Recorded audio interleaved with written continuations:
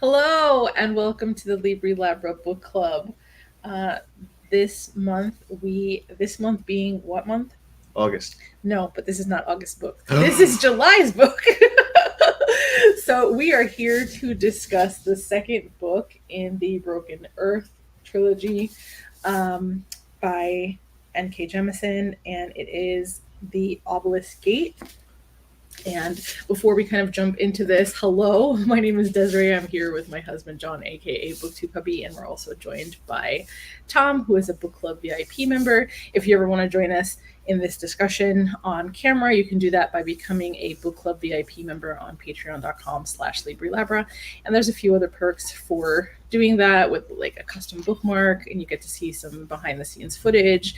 You also get to help us be in a rotation to help us pick the books that we're picking throughout the year and be part of a Facebook chat where we discuss the media we're consuming and also share memes.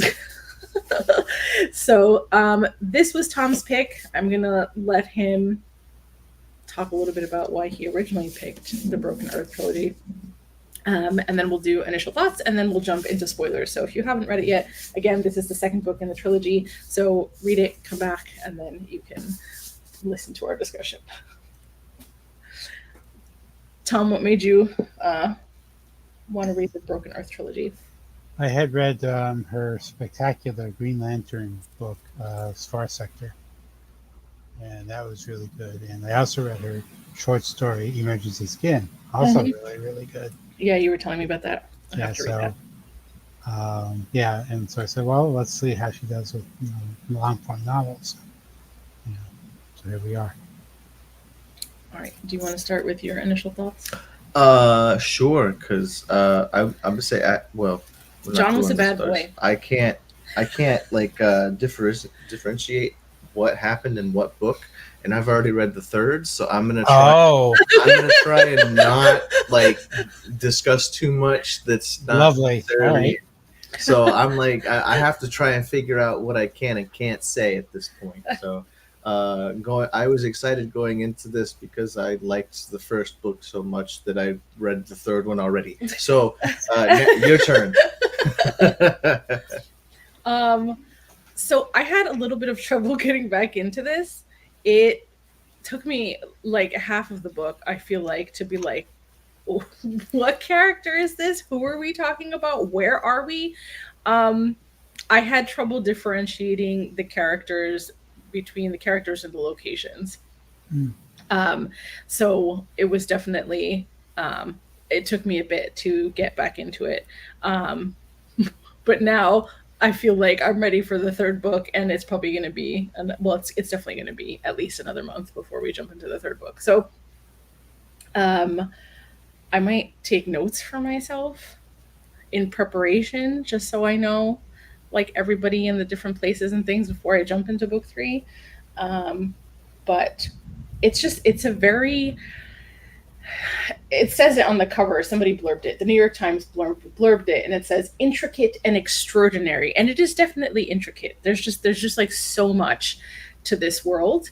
And admittedly, I don't think I understand all of it, but I will do my best. Tom, how did you feel about the second book? Well, I always, when I read it, like a second book in a series, I always want to think, okay, what do we learn from the second book that we did not learn in the first book? Like, how is the world expanded in that way? And there were several things which came out in this book, which were not either not talked about or they just mentioned briefly in the first book, and then they elaborated on it here. So, which is good. So, did we still have 3 perspectives in this one like we did in the first one? You have 2. Well, depends on which 3 you're talking about. So 3 to me was like... Oh, spoiler territory, by the way. Right, yes. We are now spoiler territory. Yeah. If you haven't read it yet, go read it, come back. So... Pause. Isun, Nesun, and then I don't remember what her name was as you when the perspective is in second perspective. When they're talking to themselves? not talking to themselves, but it's just that, I mean, I guess. But I'm saying is that's what second perspective is it not? No, because if I look at you and I say you did this, you did that. Oh, it's the narrator's talking to the person as if the person is the. Right, yeah. Does that happen? What is what I'm saying accurate or is it inaccurate? I recall three perspectives in the second book. First one is Aesun's. Okay. Second one is Yasin. Nasun? Her daughter. Mother right? daughter. Yeah. And Hoa. He doesn't get a Yeah, chapter to himself, but he's the narrator essentially. And we learn more about him. So is all the interludes Hoa's perspective? I believe so. Okay. Oh, right. No, 'cause I was trying to There's figure that out thing in what the she third was book that talking I'm not about, supposed and to yeah, talk about. and Yeah. at some point, it is seems like that there is a couple parts where Ho is talking to you as the reader, Yes. but you're supposed to. He's talking to us Nasun, no Esun. Yes. Yeah. So, but yes.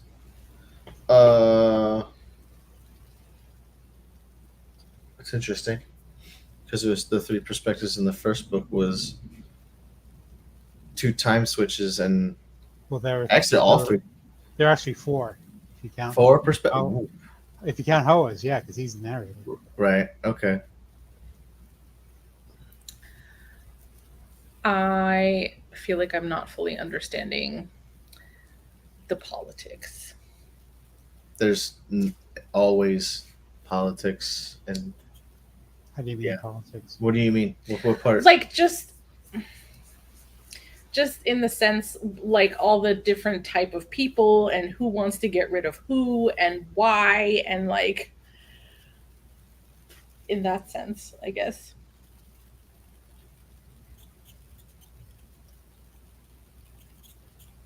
And then there's obviously like the hierarchy and the fulcrum.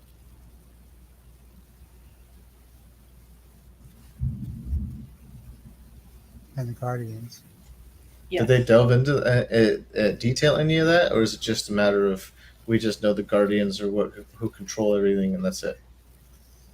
Yeah, they're the ones who are supposed to. I can't ask questions. I can't. Well, delve You in. do- You can't text me. You Yeah. guys do this. Like, I can't. See, I don't There's know. too much. I don't know why I let you do that. You were like, "Where's the third one? I want to read the third one." Oh. I didn't think about this problem. Yeah. I'm sorry. Yeah, I'm that's sorry. I'm It sorry. happens. Next time I won't do that again. No. I'll wait. Until the next time, yeah. But it's good that you were that enthused about the book to finish the series. So Yeah. I'll give you that. But one of the things it's like so hard the way this is written. She does reveals, like if this is like 3/4 of the way through this book, that we find out that the Stone Eater in the Obelisk was Hoa. Yeah. But yet she mentions, like in book one, she beats him as Aesun, which is actually after that in the timeline. You know, remember when he opens his shell, like he actually recovers from his hurts in the Obelisk, I guess? Alabaster? No, No, Hoa. no. Somebody tears Hoa apart, and she goes and pulls pieces back together, and then he becomes like a geode egg, like cocoon type thing. And Yeah, that's in this book. She literally sits and waits for him to break out of it to be the grown a different form of Hoa. But that's not you're talking about? That's the second time that happens. The first time there was apparently a first time, and I guess the same forces or people ripped Hoa apart the first time and stuffed him in the Obelisk. Oh no. They didn't. Okay, so his answer to how he ended up in the obelisk is he pissed off the wrong People, yeah. He said the nasty origin word. So Oh, Bragas. yeah, that he said that word. Yeah.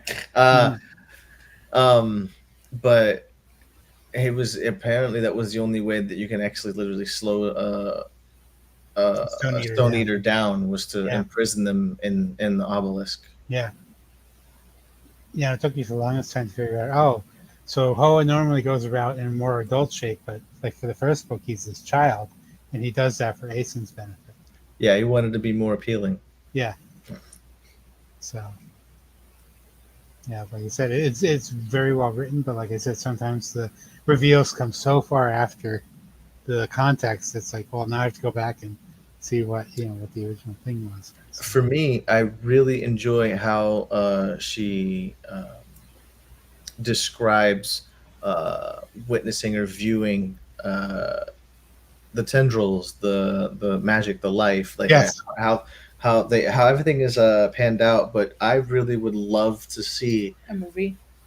how someone would contextualize that visually. You know what I'm saying? Like if it was described in such a way, it made me visualize it in different ways. But I wanted to know how other people might interpret that. You know what I'm saying? Mm-hmm.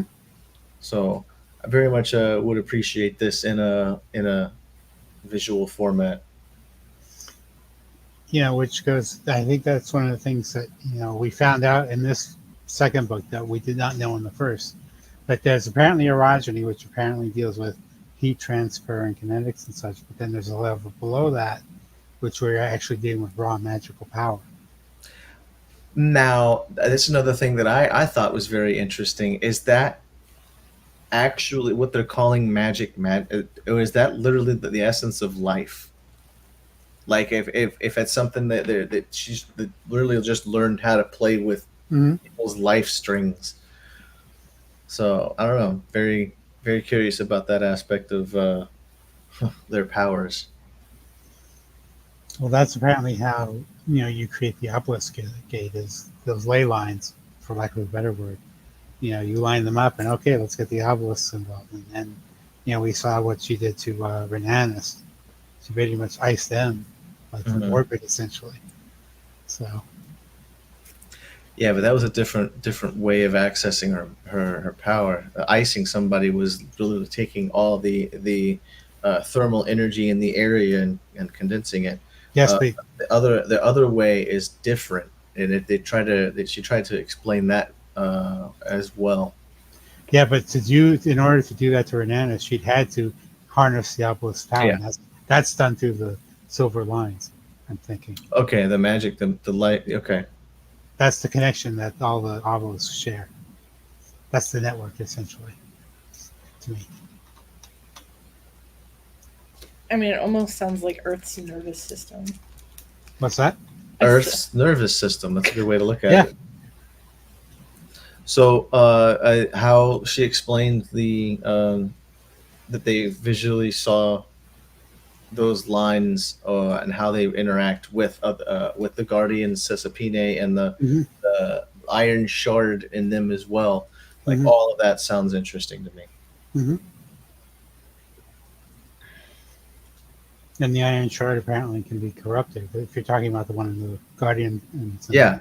So that's the idea behind the Guardians, is that after a certain amount of time, Earth gets to them. Like Yes. they start working for Earth, and the other Guardians are Gotta shut them down.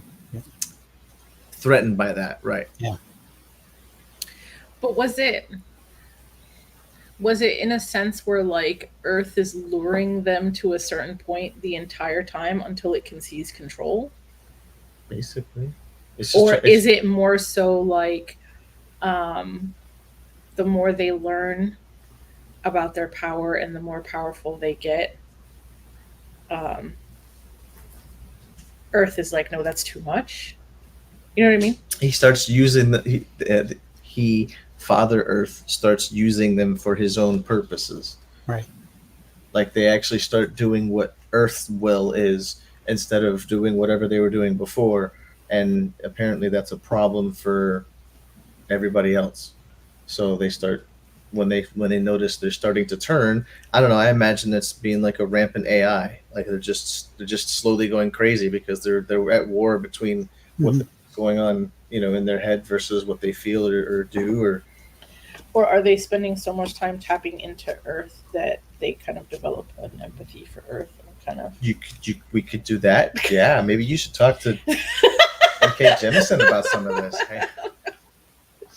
Well, if the purpose for Guardians is to nullify Origin's power, then I think yeah, the Earth would say, hey, you know. But by the same token, we've already learned that it was something was done with the gate that somehow caused the moon to get thrown out of orbit.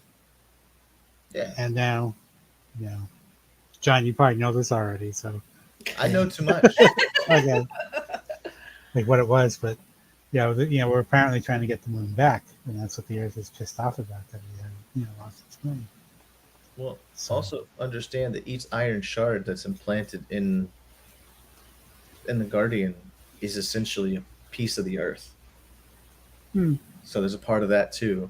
Hmm. Uh, the whole thing about the story, Earth is mad that we threw away its child. The moon. Yeah. Okay.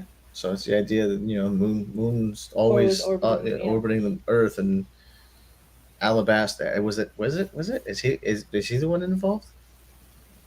There's a lot He of did the first part. Yeah, he did the first part. some sort of cataclysmic event. They Yeah. started, yeah, and so And is yeah, the lack of the moon what has caused the different seasons? yes. Yes.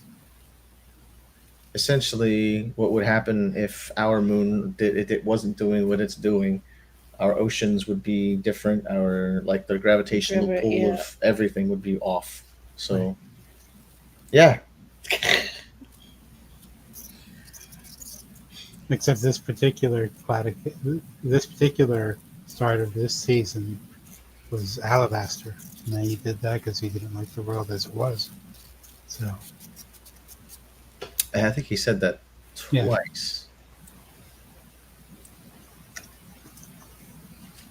Wanted to see if there's. Just that's crazy. Can you imagine being so done with the world that you break it? I mean, isn't that what every villain essentially wants? It feels like it. Maybe. A lot of times. well, you had that whole discussion with the Fulcrum down in the Antarctics or Arctics. I can't remember which one. Where they said, "Well, why did you kill yourself?" So I was like, "Well, we didn't see any point to it because there's no infrastructure or anything anymore." So in a way, Alabaster, was correct. Did the right thing because, now we're essentially starting, I guess, from a clean slate again, or as clean as it can be. So So essentially, they started trying to make a second fulcrum after he did that. in the South, Yeah, it sounded like it was like a Fulcrum outpost, and since the Cataclysm, they were like the only ones left, so they became I the see. Fulcrum. So I guess what questions I have is, um, what do you guys think about how they dealt with the other columns invasions for Castrima? Well, leveling the boil bugs, for example. Yeah, Yeah. using the environment against them, and then they kind of hurt themselves afterwards. But you didn't understand. You didn't get all through that part. No, I didn't fully understand that. I just knew there was people coming, and they were saying they were gonna essentially wait them out and starve them out. Oh yeah, They were gonna put them in a siege gonna mode. they were likely gonna cannibalize themselves in a year or so. Mm-hmm.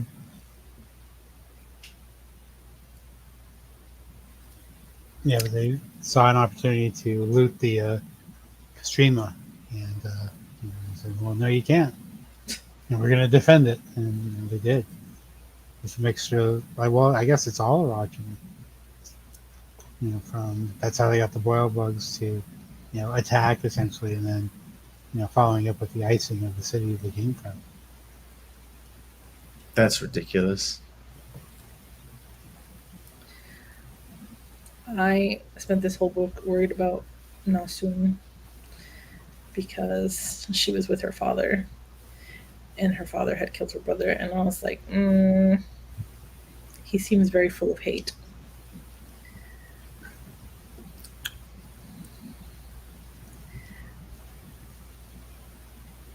Yeah, not only that, he doubled down on it in the chapter where he exits the story, let's say.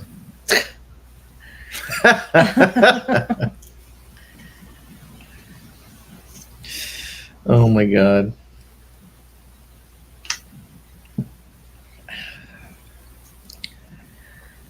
That's a sad story too. The whole thing. Mm-hmm. Just because of fear and misunderstanding. Mm-hmm. Bottom line. Yep.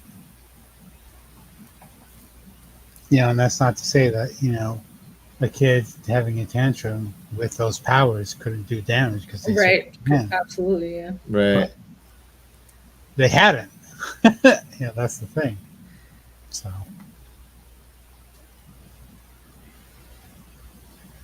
neither Nasa nor Jija for that matter. So wait, is that what Jiju was when he flipped out on his son? Was that because he thought his son did the problem that? Whoa. The cataclysm that Alabaster made, yes. No. That Oh, was too early. No, that Esun did.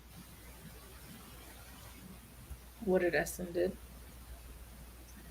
I thought there was something that happened at the village they were at at the gate, yes, because that when actually she's trying to started leave, all of this, and then she came back to that mess, and then everything got worse. So she was trying to leave before that happened. Like before what? the issue at the gate wasn't a secondary event. It was the thing that caused everybody to start flipping out. I'm trying to think of the order of events. Because I thought she actually ended up just wiping out the whole town anyway when she left because they started flipping Was out. it the case though that she protected the town when the cataclysm came? Yes. So the cataclysm comes first, and then she eventually finds Jija dead because of it, and then when she Okay. tries to leave, So oh yeah, not Jija, but the son. But Jija, wow, I really do think that's the case. That's a lot. that's what it seems That's like. pretty heavy. Yeah,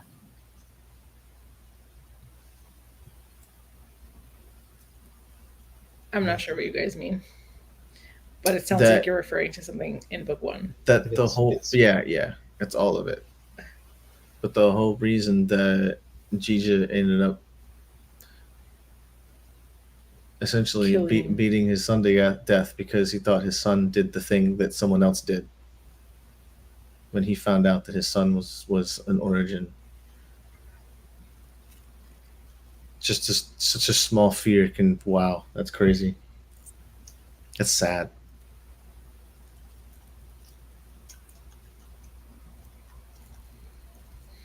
What else next? Let's not hang out on a side note. Well, you almost kind of have to because it's so hard to like put the events into a timeline as to what happened when and to whom. So, It's true.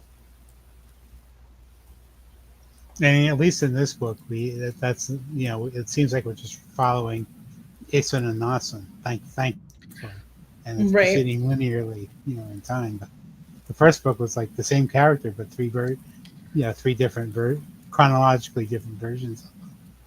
So, I'm not sure I'm understanding Nasun's um, developing hatred for her mother. I mean, she even says that it's like undeserved, but she's the only one that can hold it, or something along those lines.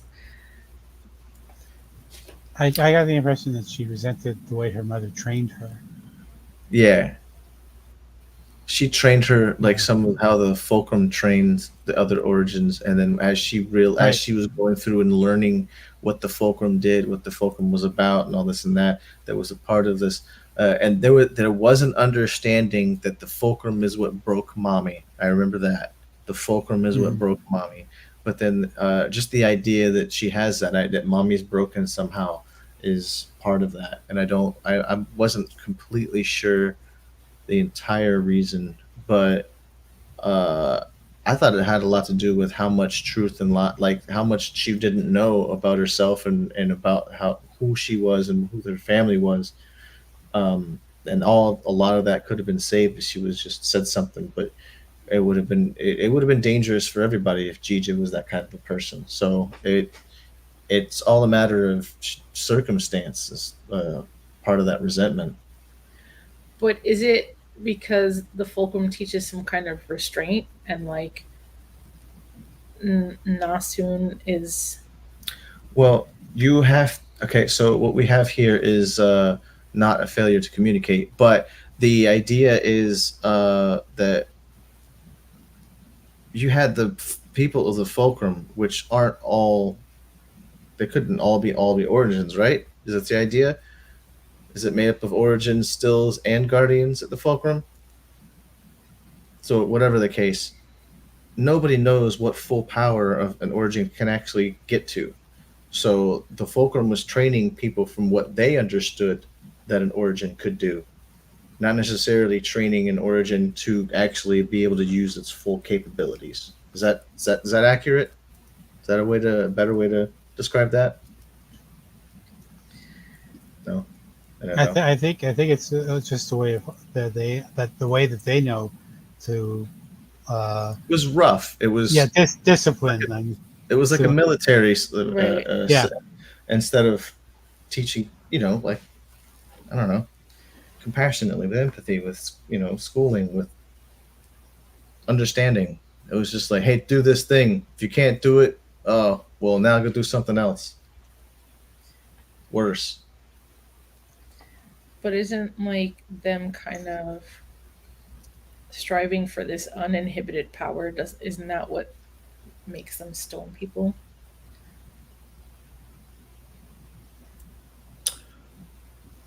I don't know the process and or the like.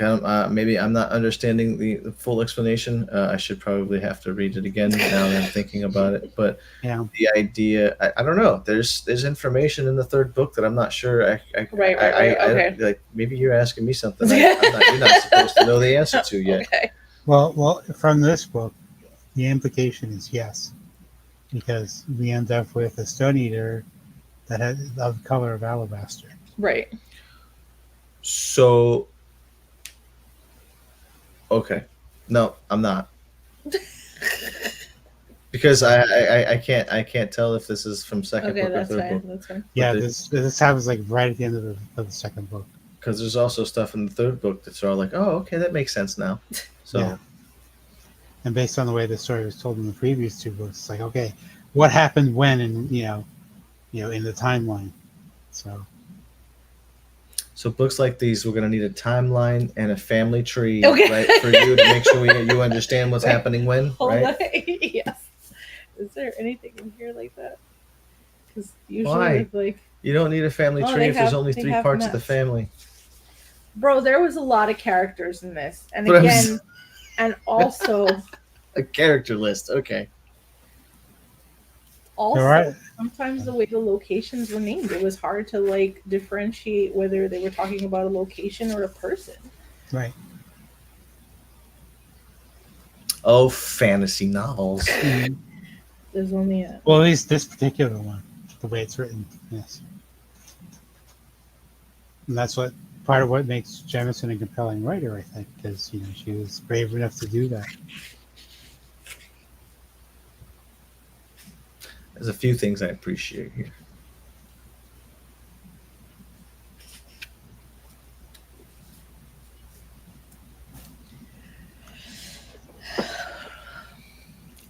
I like the world building. Mm-hmm.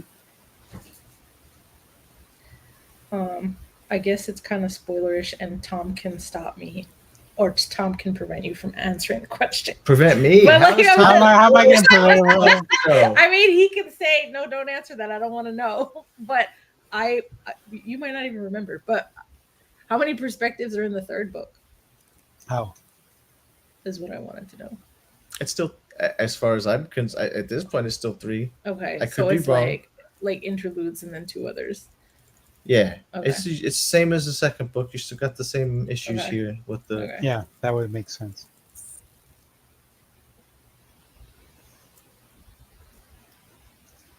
But it's shaping up to be. I don't know if it's going to be a battle or if it's going to be, I mean, it sounds like it's going to be a showdown. yeah, between Asen and Nasen. Mm-hmm. This seems the way this is going. I don't know why I thought it was. Okay, well, let me rephrase this. How did you guys feel about it being called Father Earth? Versus Mother Earth. Yes. I don't think if you gave Evil Earth the same connotation, I don't think it works the same if it's the other gender. Okay. Because Mother Earth has always been a nature nurturing. Yeah, Right. exactly. Like if you say Father Earth, you can call him evil and people believe it. Fair. I'm just so used to Mother Earth that Father Earth is like, wait, what? And maybe that's why she did it too. Yeah, right? yeah. You can't slander Mother Earth like that. Right. So, but I think there may be, and again, this may be revealed in the third book. I have no idea. But if you consider that the Stone Eaters are able to, being a stone-based life form, I assume, can harbor souls, then why not larger things like planets? Or like the moon or Earth. I think the idea that when she looked at, can I I don't know. So when they actually looked and used the orogeny and found the tendrils of life within Earth as well, I think that was the idea, showing that Earth was alive, that it's not just a rock that we're just manipulating. Right. And yeah, so when they say Earth is trying to kill us, that could very well. It literally is. Yeah. So. I'm not sure I understand the concept of how the stone people, or at the very least Hoa is a stone person, right? Right. Yeah. Okay. How he travels so ethereally, because rock just feels so. Dude, again, that's another reason why I really want to see how they do this visually, and if they put it in a medium like that, because how she describes it is just basically the idea is he's just what's the word I'm looking for? Just osmosising through the rock and soil, they're not necessarily breaking apart, but they are, and then just moving through all the particles of the earth, right. Possibly on another dimensional realm. And the only way that'll actually literally make sense to me. I guess the reason I have trouble processing it is because it seems like the way they're traveling is so ethereal and energy based, but then they have these very tangible, hard, solid forms. You know what I mean? And then they have to bite things to break it. But if you consider, us moving around in air as opposed to us moving around in water, the water, the molecular structure of water would slow us down, right? Well, in the Stone Eaters' case, I'm guessing in air, that's why they look like statues, because they don't move because of the way they're not moving the same. Right. Interesting. But stone is their natural habitat, so of course they would move faster. They are the same thing that they're moving through. Right, they're made of earth. I they're essentially swimming through the planet. Yeah, exactly. They know how to arrange their molecules in such a way that they can affect this speedy travel, almost instantaneous, anywhere. And they can take people with them, which I think is very interesting. Yeah, I want to know how that works. No, actually, I don't. Magic. You don't really need to. You just need to know what happens. That's the thing. It's just, a lot of this is powered by magic. That's how it makes sense. It's easy way. And you don't need to know, really. Yeah. what did you think about the conversation between Hoa and Isun, where he was like, "Well, do you think you're human?" And she was like, "Yeah." And then she was like, "But I don't think you're human." From my experience, Mhm. you don't look human. No, I think that was actually another allude to the fact that they once were human.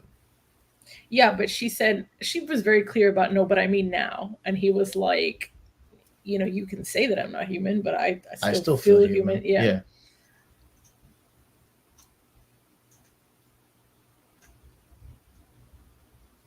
Is that always why he's sounding like he's always so neutral about, well, this faction wants you guys dead, and this faction want the other people dead.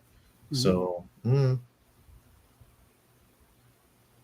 Or maybe he's saying that he's human because he's on the human side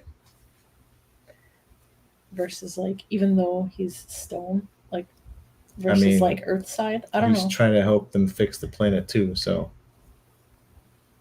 Well, I can't ask you this question. you cannot. But All right. what are your theories in regards to why Hoa is so focused on Isun? Because it seems like he even said, like, I just care about her. I'm just trying to help her. Yes, because he's in love with her. He says that in the book. Oh, what the? And you also heard the reason too, and just not too long ago. What was the reason? Because when she found him floating in that obelisk, instead of like being like, oh my god, or what, or who, or whatever, she's just like, are you okay? Mm-hmm. She's like, are you okay in there?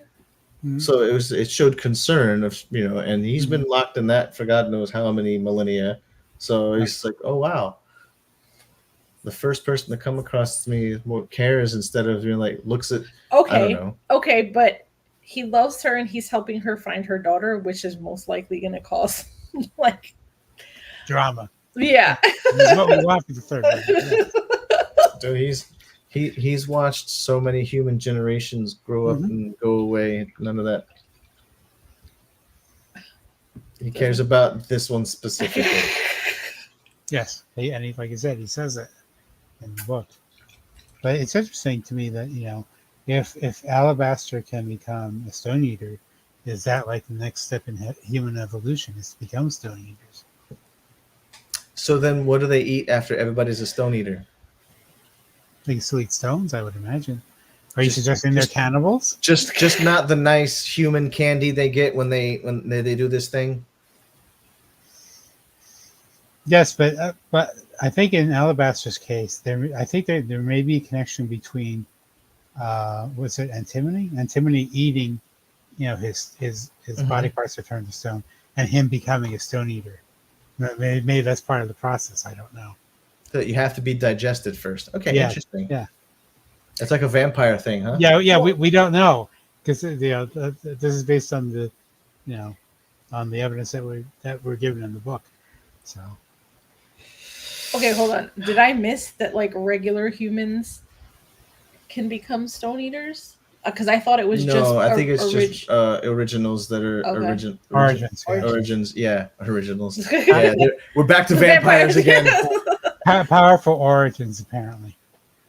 And I'm dying to remember if that began happening to Aeson. I believe it did, but I can't remember. I think so too, because I feel like there was some mention of her arm and where her hand had been broken and how. Yeah. Yes. I actually like that. I can't tell you why, but yes. Yeah. No, it's the kind of thing I like that because it shows that using magic has a price. Mm-hmm. I mean, usually. The only hiccup that I've seen with all of this is the fact that if Alabaster was so powerful and doing a lot of this ahead of time, he would have been turning to stone way long ago. So outside of that, it's just I have a reasoning behind it, which I cannot discuss until book 3. So it could just be plot armor. Who knows? It's true. Yeah, we need to survive him up to this point, and then past that, okay, do what you want with it. Maybe it had to do with like sustained use of power. I'm trying to think of how I can describe it. That's a great description. Um, you know, like It's like overheating a car. Right, exactly. Like if you're using it and Yeah. using it normally and it's not overheating, it's not a problem. But then once you start Pushing it too hanging hard. out in Right. the overheating area, that's when it's going to start to break down and cause problems. Yep. So I don't know. It seems to be an enticing question in the sense to me that you know people are saying, "Oh, origins are crap," yada yada, but they may be the next step, evolutionary. You know, because if that, the assumption is that not all origins can do this, but only the ones who can use their power in the way Desirai described. You know, in the sense of overheating the engine, shall we say? Overdrive. Let's have it that overdrive. And that, uh, and it's I just wonder because all of these stone eaters are basically linking themselves to each origin and being like, this one's mine, this one's mine, this one's mine, Right. and so when they finally reach that spot, they're like, okay, where's my candy? Mm-hmm. So I don't that there's a lot more to that There's a connection there. Yes, we need to get to the bottom of, but right. Well, to that, the question is, how do we get new stone eaters? vampirism. No, I don't know. The implication, the only thing that we've been shown so far is that humans become them. Like I said, when. But do we want them? Them who the Stone eaters. So we want people to become like stone just eaters. like people, there's like good stone eaters, and I don't want to say good and bad, but they have different motives. Yes, and that's what how his speech was about. It's like we're not all the same. We have factions and everything else. So, speaking of that, though, one of my favorite parts of the book was when Aeson stops the meeting that they were going to have about if the origins should be thrown out of Castrima. They say we are not voting on whether people are human or not. Right. Be allowed to say so. That was really good. So, yeah, but I think it's a series that needs rereading to fully understand what's going on. I agree with that assessment. I feel like I'd have to study it to really process everything about it. And then there's aspects of it that kind of remind me of the 3-body problem, and same. I feel the same about that. That like at some point I need to reread that so I could better process that. So, but is it the plot? Is it the politics? Or is it the character development? Like, there's so much going on in each. Mm-hmm. Right.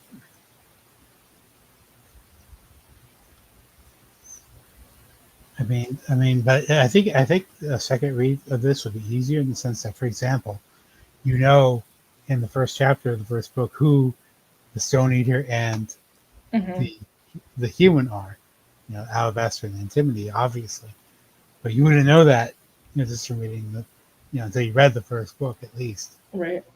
So, stuff like that, and then you also know that there's 3 different perspectives in book 1, but it's only one person that they're talking about with a narrator who's different. So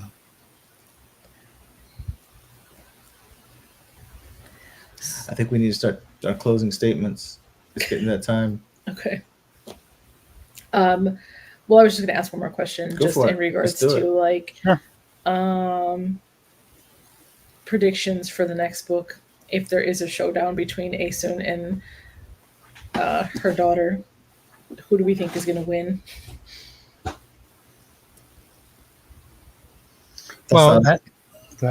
That's not a question, but okay. Excellent. It's not a question. How's that? It's gonna be a prediction, but I can't predict anything. Right. I'm just gonna sit there. You guys handle this? But the related question is, why doesn't this maybe we could discuss this offline, but why does Shafa not want Nasun to take out the iron in his neck, or that little thing on his neck? Um,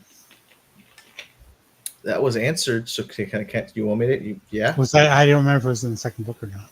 So the idea of him somebody taking that out of his neck, it would definitely alleviate the pain, but he would lose all of his powers. Powers, right? And then essentially that is what gives him. Oh, that's right. Yeah, that's right. He would age and such. He would, yeah. He basically. Now I remember. Yeah. Just like a vampire, he would just shrivel up and die in front of you. So. And he said it was one of the things that was mentioned is it was that's more cruelty than it is a service. Yeah, service, yeah, or whatever help. Mm-hmm. But to answer Desirai's question, I mean, I think based on the way the novel seems to be going to be, they will work together eventually. But that won't happen at the start because we have a whole big book to get through. There has to be some conflict based on right, obviously. Yeah. Because of the way Nelson's talking about Ace on it. So, but we will see. Right. Do we have final thoughts and ratings? 4 stars. I can't say more than that.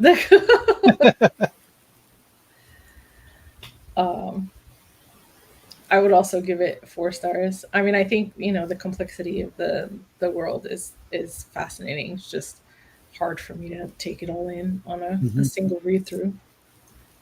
Yeah, I think, I also gave it 4 stars, but I think that's because I don't understand. Like a reread would say, oh, and then put it all on this. So it may be higher following the reread. It's not a fault of the books, it's just a fault of yeah, it's about details. Details, yeah. And then there's fully understanding what you're being told. So a very well written book.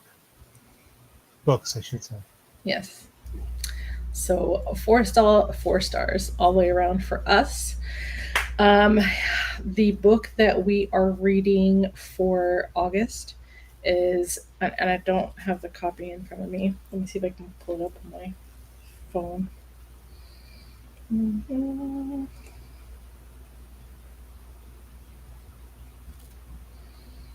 For the month of August, we will be reading Family Lore by Elizabeth Acevedo. And it's actually been a while since I've read a summary. Wait, you guys don't like summaries. So should I just leave it as is? It has to do with like a Dominican American family. Is that good? We're good. Yep.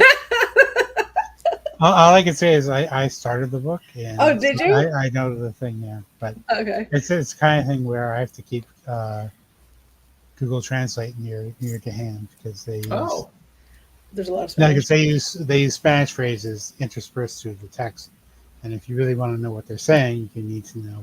Okay. I appreciate your diligence because I know so many people who I don't care what obviously we were just reading a book right now with some it has French sprinkled in it.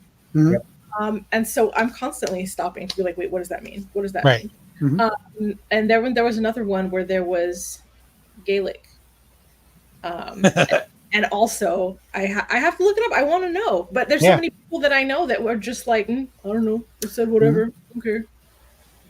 Oh, the leather and lark. I was like, Gaelic. Which one has Gaelic in it? Yeah, but I always do the work of translating it, so I appreciate that. And I get the way that's the way people speak when you know 2 languages. You just flip between them. Yeah. They don't stop and tell you what they just said. Right. Some authors do, but not this one. Which to her credit. So. No, but I'm saying we shouldn't be doing that as an author. If you want your demographic to understand, either they're going to look it up or they're going to just not do it. Get all the context. Yeah. So. But so that is what we're reading this month, and then as soon as we have a date. I don't even think I've been sharing it anywhere, so I don't even know what I'm saying. But it should be at some point near the end of the month we'll be discussing it. I don't think it's that long. Tom, how far into it are you? Like the first 2 chapters. Oh, okay. All right, cool. and you're listening. Are you listening? No, I have to say this in the sense that there are multiple character perspectives Okay. in this one, like much like this Jemisin's book. So I've been getting a lot of that lately in the books that I've been picking up. yes, apparently. I recently read with another book club Vera Wong's Unsolicited Guide for Murderers, Okay, and that had like 5 different perspectives in it. gotcha. So, but anyway, if you guys are still here, thanks so much for joining us. And like I said, we will be reading Family Lore by Elizabeth Acevedo this month. And we'll be doing that sometime towards the end of the month. So I think once we nail down a date and time, I'll just set it up so that it's already on YouTube, and then people can receive notifications that way.